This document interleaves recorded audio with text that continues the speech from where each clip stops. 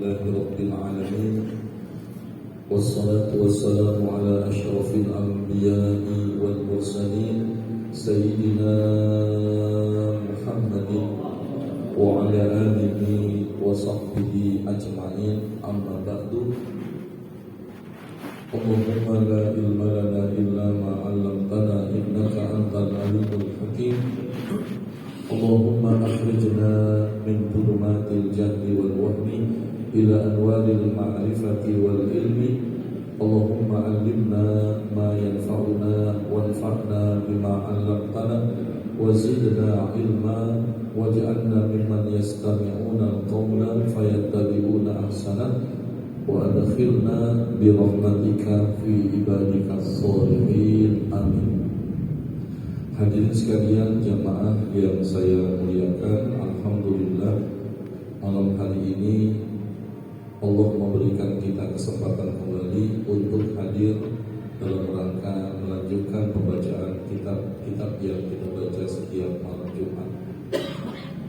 Mudah-mudahan kitab yang kita baca ini bukan hanya menambah hasanah ilmu kita, tapi mudah-mudahan Allah berikan kita kemampuan untuk mengamalkan.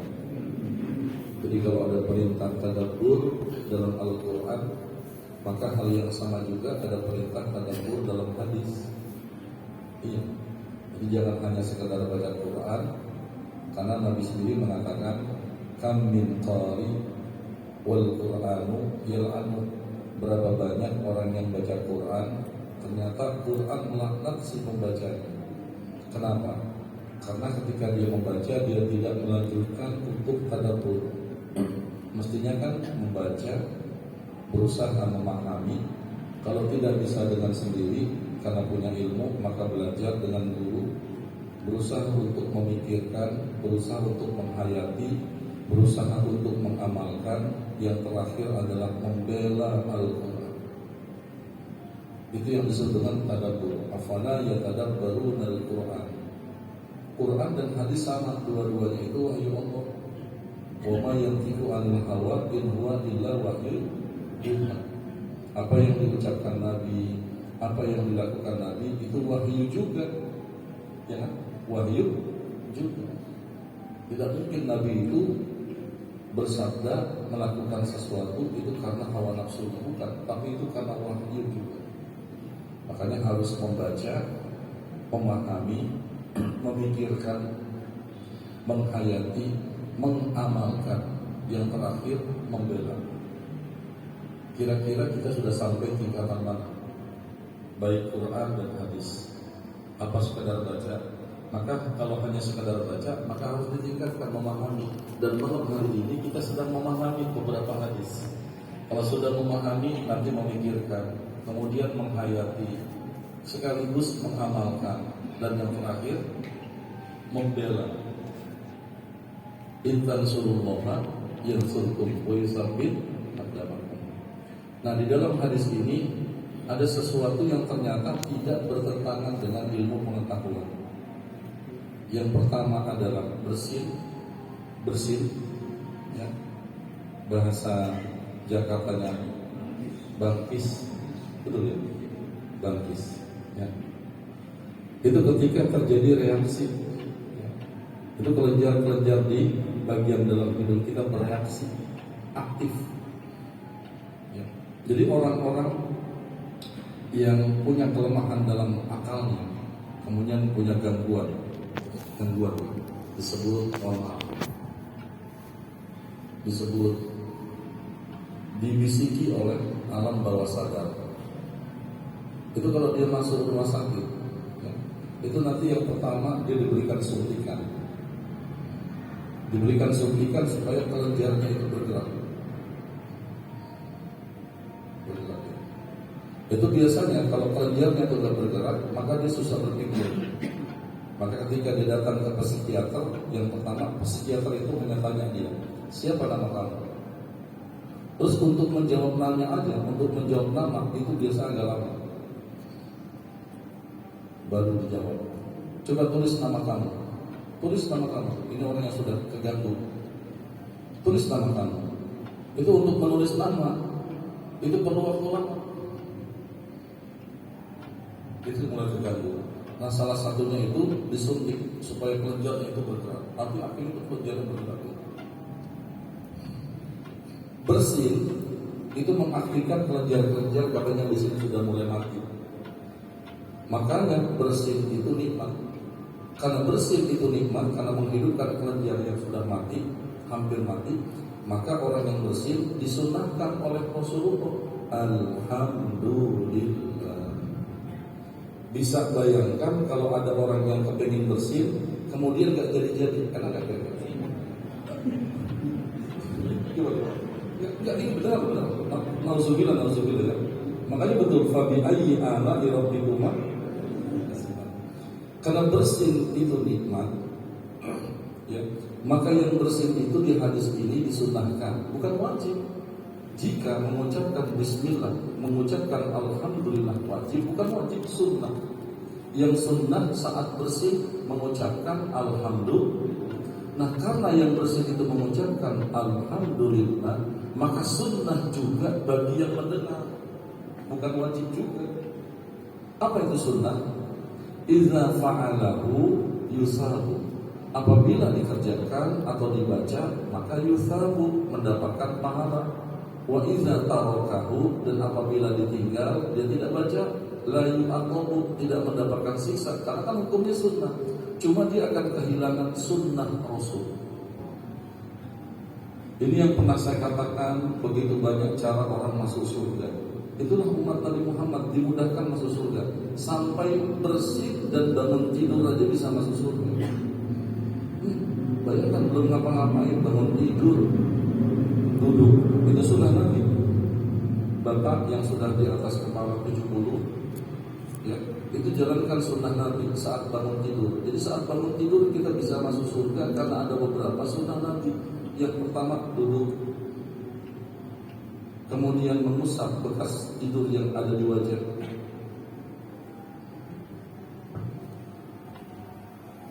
Kemudian membaca doa, paling tidak alhamdulillahilladzi ahyana ba'dama amatana wa ilaihi nusyur. Setelah 3 berjalan.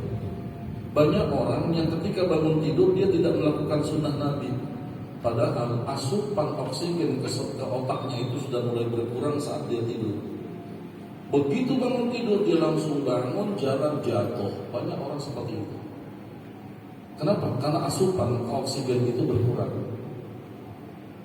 Ya, makanya mohon maaf, ada beberapa orang nauzubillah yang terkena serangan stroke itu datangnya di malam hari. Penyakit sekarang kan yang paling ditakuti stroke. Ternyata betul, jangankan stroke, satu beca aja berat. Lagi stroke ya, penyakit berat. Sebeca. Jadi bangun, kemudian mengusap, terserah. Kalau perempuan, dia sangat hati-hati ketika dia memegang bagian wajah.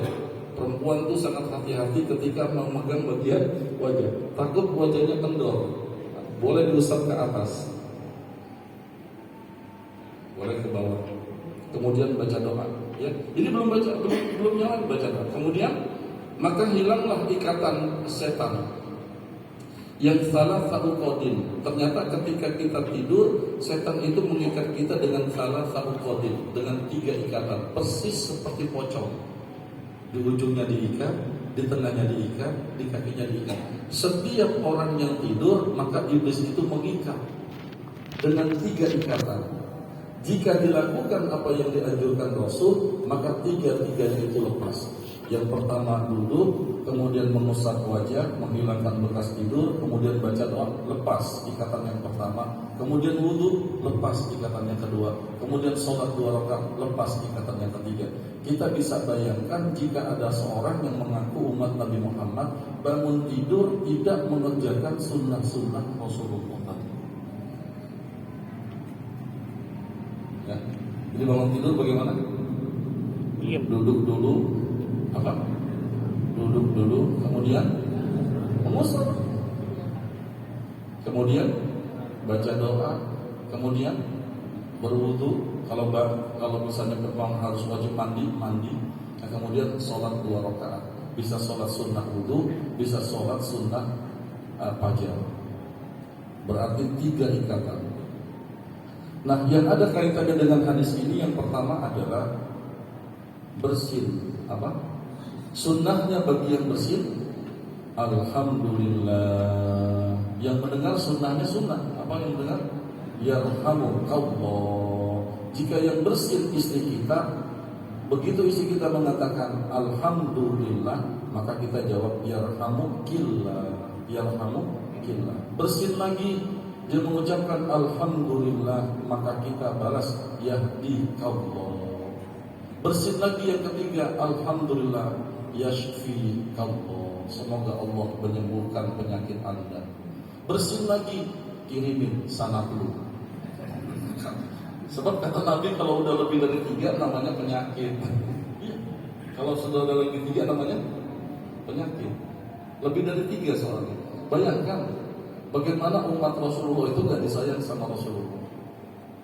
Yang kedua, dia itu bukan nikmat.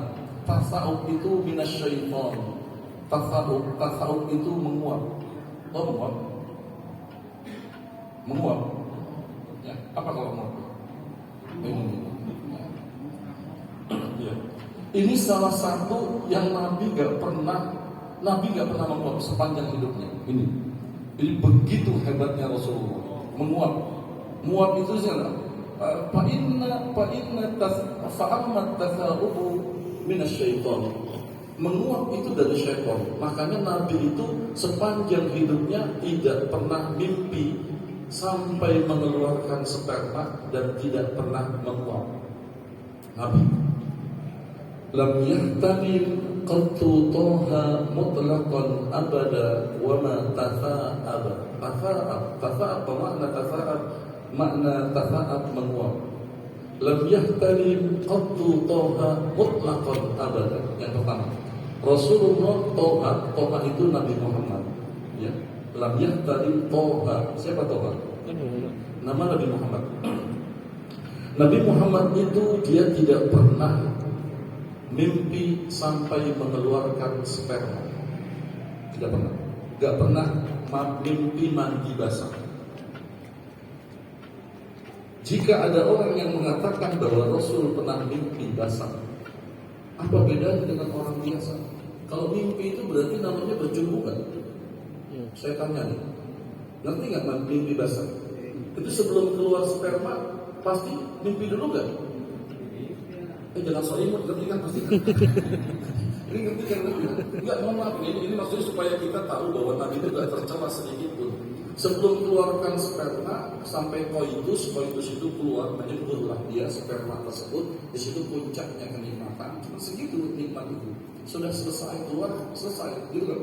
Tinggal capeknya. Itu Rasul tidak pernah seperti itu. Jadi bayangkan Rasul gak pernah ngalami. Kalau kita ini balik kemudian keluar sperma, Rasul gak gitu. Jangankan Rasul, Fatimah Az-Zahra Al-Batul. Apa makna Al-Batul? Batul itu orang yang dewasa tapi tidak ditandai dengan haid. Itu Fatimah. Sudah keistimewaan. Karena haid itu kan kotor. Yas'alunaka 'anil mahiyid qul huwa azan fa'tasilun nisaa fil mahiyid wa la taqrabuhunna hatta yatahurna fa iza tatahharna fa'tuhunna min haitsu amarakumullah innallaha yuhibbut tawwabina wa yuhibbul mutatahhirin. Itu kalau lagi haid nggak boleh dekati. Maka ayat lanjutannya, nisa'ukum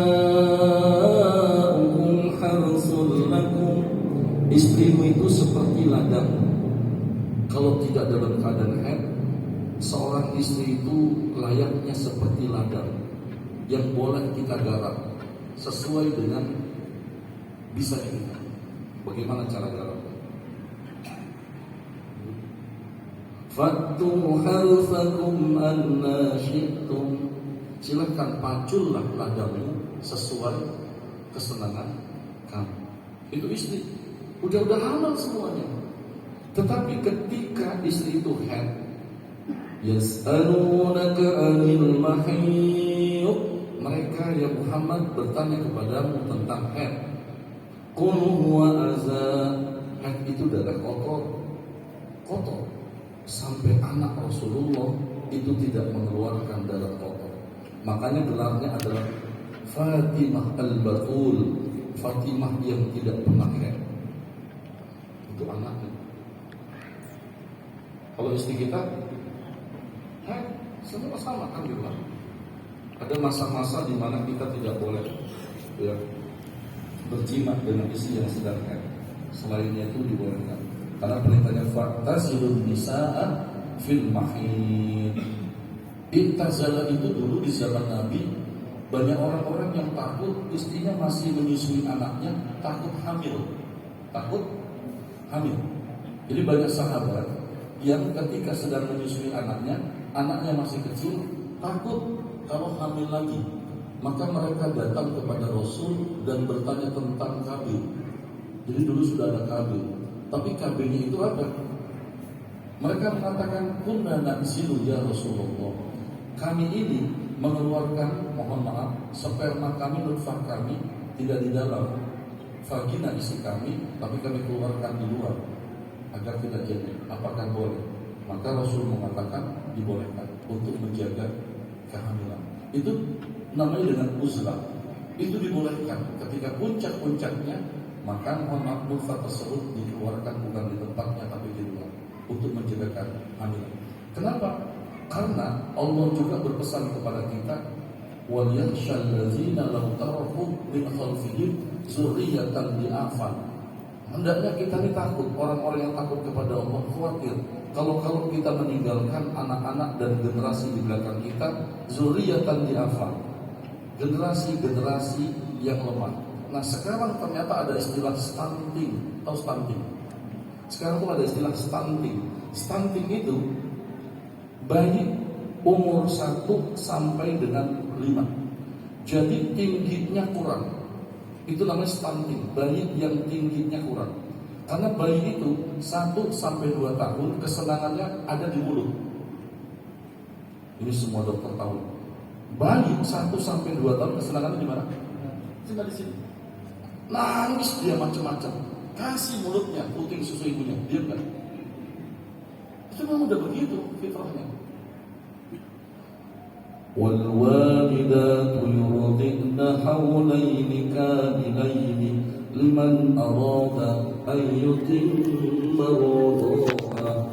Wal walidatu yurdi'na auladahunna. Kewajiban seorang ibu. Wal walidat, apa makna walidat? Al walidat artinya ibu-ibu, para ibu-ibu. Yurdi'na auladahunna, hendaknya dia yurdi'na, menyusui anaknya. Haulaini kamilaini, hendaknya 2 tahun. Haulaini kamilaini liman arada an yutimma radha'a, bagi ibu-ibu yang ingin menyempurnakan ASI kepada anaknya, maka kasihlah ASI itu 2 tahun. Jangan putus. Dipastikan seorang ibu yang telaten memberikan ASI kepada anaknya selama 2 tahun telaten, pasti tidak ada hamil. Kenapa? Karena bayi dari 1 tahun sampai 2 tahun itu kesenangannya hanya ada di sini. Di mana? Di mulut. Nah, mulai dari 3 tahun, mulai dari 3 tahun ke 5 tahun itu kesenangannya sudah berubah. Nah, inilah yang dibilang dengan rentan starting 3 sampai 5 tahun. Nah, kita lucunya dulu makanan yang enak-enak kalau 3 sampai 5 tahun yang makan siapa? Emak dan bapaknya. Padahal di situ anak butuh 3 sampai 5 tahun dibutuhkan, karena di situ pertumbuhan otaknya, pertumbuhan fisiknya. Ketika anak 3 sampai 5 tahun kekurangan tuh yang macam-macam itu, maka nanti dia akan mengalami yang namanya stunting. Apa? Ini bahasa sekarang aja biar ngerti maksudnya. Stunting itu apa? Bayi yang kurang tinggi dibandingkan anak-anak yang lain. Pantesan kalah 4-0 sama Thailand.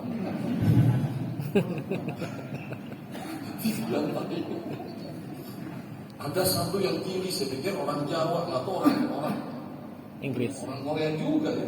Pelatihnya orang Korea, itu orang Korea diajak naturalisasi ya, naturalisasi.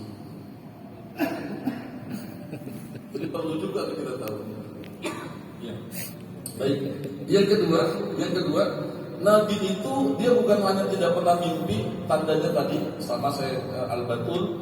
Nabi itu wa ma tafa'aba aslan fi madaz zamani. Nabi itu tidak pernah muak. Ternyata di sini nanti kita baca muak dari apa? Muak itu dari siapa? Dari syaitan. Muak itu ternyata produk setan. Iya, muak itu produk setan. Ya, orang kalau muak itu kan malas kan? Ya, sudah malas gitu. Jadi malas nih. Nah makanya karena menguap itu produk setan, Nabi itu nggak pernah menguap. Wa aba aslan fi madaz zaman. Itu bahkan kalau di pesantren-pesantren itu dibaca dengan ilmu arut. Ya. Mustafilun fa'ilun, mustafilun fa'ilun, mustafilun fa'ilun, mustafilun fa'ilun. Orang-orang Jawa atau guru-gurunya bisa arut gitu. Lam yahtalim qattuha mutlaqan abada wa matafa aba aslan fi mada zaman min huddawa bufalam tahrub wa ma waqa'at zubabatun abadan fi ismihi hasan. Jadi Nabi itu tidak pernah muak. Gak ada binatang itu yang takut dengan Nabi. Kalau kita kan binatang begitu kita dekat, kalau bukan pemiliknya gimana? Ya. Kan binatang itu, burung. Ya. Burung kalau bukan yang rawatan kita gimana? Begitu dekat kan? Nabi itu gak seperti itu, masya Allah. Ya. Min hudda wa tufaram tahrub wa mawaqat zubabatun. Jadi gak pernah ada sahabat yang melihat seekor lalat yang hinggap di tangan atau di anggota badan Rasul.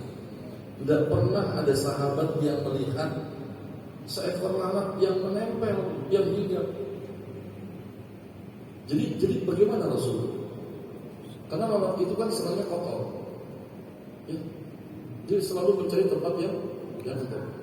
Tak pernah ada sahabat yang melihat Nabi itu pernah dihinggapi oleh lalat. Ya. Artinya apa? Ya karena badan itu bersih. Nah Nabi itu gak pernah menguap. Nah sekarang bagaimana jika bersin dan menguap itu kita yang lakukan? Ya kita ini kan gak sempurna. Maka di sini dikatakan Innallaha, sesungguhnya Allah Subhanahu wa ta'ala yuhibbul itasa. Jadi Allah itu suka dengan bersin. Kenapa kalau Allah suka dengan bersin? Karena dengan sebab bersin orang jadi sehat. Yang kedua, Allah suka dengan bersin karena ada sunnah dari nabinya. Karena orang yang bersin itu disunahkan mengucapkan Alhamdulillah. Makanya jika anak belum bisa mengucapkan Alhamdulillah, sang bapak atau ibu menggantikannya. Itu namanya badal. Namanya apa? Badal. Boleh nggak?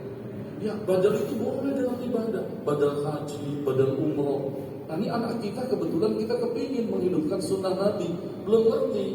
Kesim, terus kita bilang Alhamdulillah. Kita juga yang Yarhamukallah. Itu dapat membadalkan namanya. Karena badal itu boleh. Ya. 2 kali Yahdikallah. Kalau banyak ya Yahdikumullah. Kalau 1 Yahdikallah. Kalau bersin lagi ketiga kalinya itu yang sebelah sunnahnya Yashfikallah. Semoga Allah menyembuhkan engkau. Ya.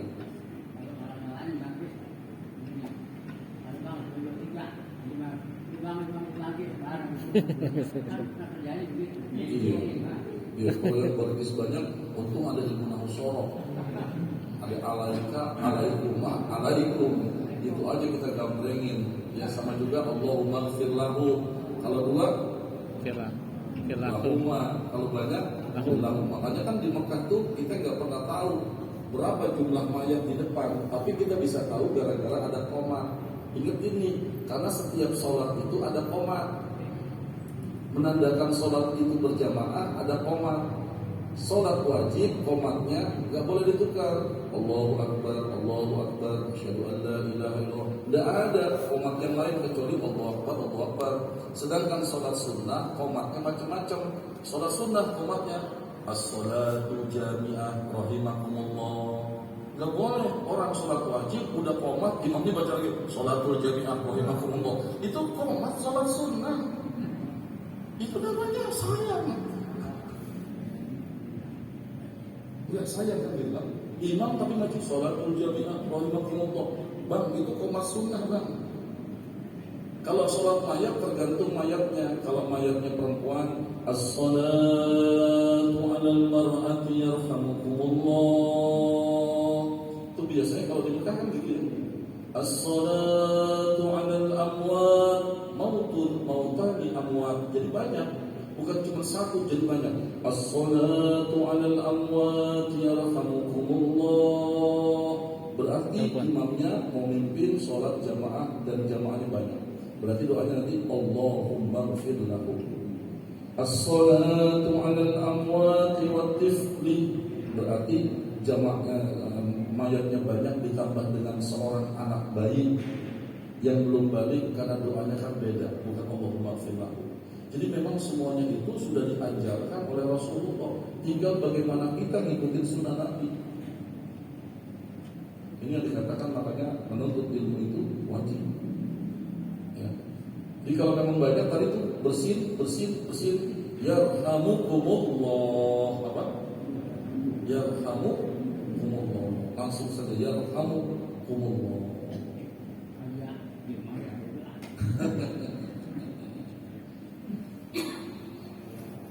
Wa yakrahu tatha'uba. Allah senang dengan bersih dan Allah yakrah itu benci dengan tatha'ub, dengan menguap. Fa iza atasa ahadukum, apabila salah seorang kamu bersin, wa hamidallah, kemudian orang yang bersin itu mengucapkan alhamdulillah. Kita sering ini model-model hamdan syakirin, hamdan na'imin. Mohon maaf nih, hamdan syakirin, hamdan na'imin. Sering orang tuh kayak gitu sekarang itu. Itu bagi kita dan guru-guru kita yang ngerti nahwu sharaf itu dimarahin. Ini hamdan syakirin, i'rabnya jadi apa ini? I'rabnya ini action gitu, pernah dengar kayak begitu. Jadi sebenarnya dulu itu gak ada yang kayak begini. Ingat ya, gak ada guru-guru kita ini yang alim. Tanya silakan, gak ada yang hamdan syakirin, hamdan na'imin. Itu kedudukannya aja nahwu sharafnya udah sangat besar. Kalau maupun mau hamdash. Jadi mudhaf ilaih itu boleh. Tapi kan yang dibaca sama orang sekarang hamdan syakirin. Ini orang mohon maaf mungkin dia salah, gak ngerti nahwu sharaf. Itu asal muasalnya dulu kata guru saya Mu'allim Syafi'i Azami, dulu ada orang yang tidak pantas sebenarnya baca doa ketika Pak Harto meninggal, maka dia disuruh baca doa padahal dia bukan ulama. Hamdan syakirin, hamdan na'imin. Karena pernah kedengaran di TV, banyak orang tiba-tiba ada ngikut. Secara nahwu sharaf berantakan dan salah. Kalau mau hamdai yuwafi ni'amahu wa yukafi'u mazida. Itu yang betul. Hamdan wafa yuwafi ni'amahu, itu jam'ut taksir ni'amun ni'amahu wa yukafi'u mazida. Itu yang begitu. Ya. Jadi kalau orang bersin mengucapkan alhamdulillah, maka sunnah nih. Di sini haqqan, di sini bukan wajib. Ya, kana haqqan, keharusan. Jadi nggak semua haqqan itu diartikan wajib. Kalau wajib berarti kalau ada orang yang bersin, satu orang bersin, ini yang pada tidak mengucapkan yarhamukallah dosa nggak? Dosa. Karena wajib. Ada konsekuensinya. Maka di hadis ini ulama memastikan haqqan di sini harus. keharusan, sunnah saja bagi orang yang mendengar saudaranya bersin mengucapkan alhamdulillah, dia mengucapkan yarhamukallah. Semoga Allah merahmati kamu, semoga Allah memberikan kamu rahmat. Itu yang pertama. Bersin lagi, alhamdulillah. Maka orang yang mendengarkan dianjurkan lagi, yahdikallah, semoga Allah memberikan kamu hidayah. Bersin lagi, dia mengucapkan lagi alhamdulillah. Maka orang yang mendengar sunnah lagi mengucapkan yashfikallah, semoga Allah menyembuhkan Anda. Nah, seperti itu. Maka ada keharusan bagi orang Islam yang mendengarnya mengucapkan yarhamukallah. Amma tafa'ubu. Ini sekarang yang menguap. Bagaimana caranya supaya menguap bisa membawa orang masuk surga?